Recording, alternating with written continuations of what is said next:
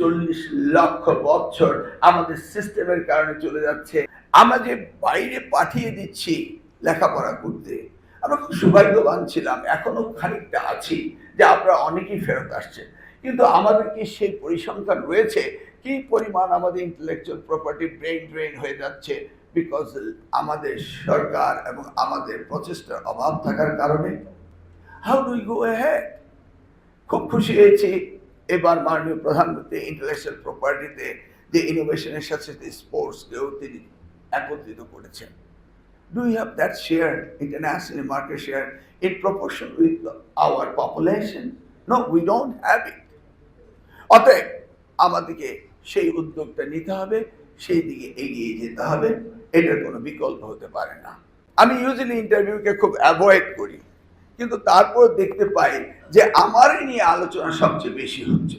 বস্তুত কিন্তু আমি আলোচনা করতে চাই না। আমি কোন বিষয়ে? বললো যে ইন্টারমিডিয়েট পরীক্ষা ডিসেম্বরে নেবেন, এইটা নিয়ে। দেখুন, ইন্টারমিডিয়েট পরীক্ষা ডিসেম্বরে নেব, আমরা কারিকুলাম সিলেবাস আমাদের সেট করতে হবে।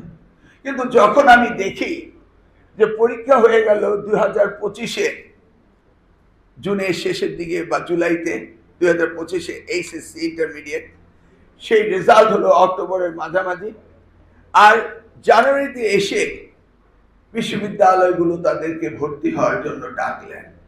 গতকাল দেখলাম ন্যাশনাল ইউনিভার্সিটি তাদের ভর্তি হওয়ার জন্য পরীক্ষা নিচ্ছেন।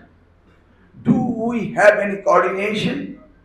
আমাদের ডেমোগ্রাফিক ডিভিডেন্ডের কথা বলছি, এই যে নিয়ারলি 20 লাখ এসএসসি সমমানের পরীক্ষার্থী, 20 লাখ এইচএসসি সমমানের পরীক্ষার্থী, প্রত্যেকের জীবন থেকে শুধু অ্যাডমিশন টেস্ট।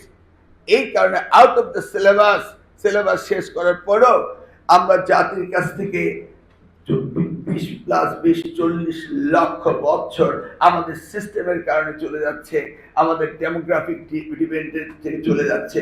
আমরা কি একবারও খেয়াল করে দেখেছি? না। আমি ইউজিসিকে অনুরোধ করব, বিশ্ববিদ্যালয়ের সাথে বসে আপনি ইউনিফর্মলি কখন এই ছাত্র ছাত্রীদের ভর্তি করাবেন এবং কখন তারা ইন্টারমিডিয়েট শেষ করে বেরিয়ে আসবে, এই সিনক্রোনাইজ করার দায়িত্ব কি আমাদের সকলের নয়? নিশ্চয়ই আমাদের সকলের। এই বিষয়টি কিন্তু আমাদের দেখতে হবে।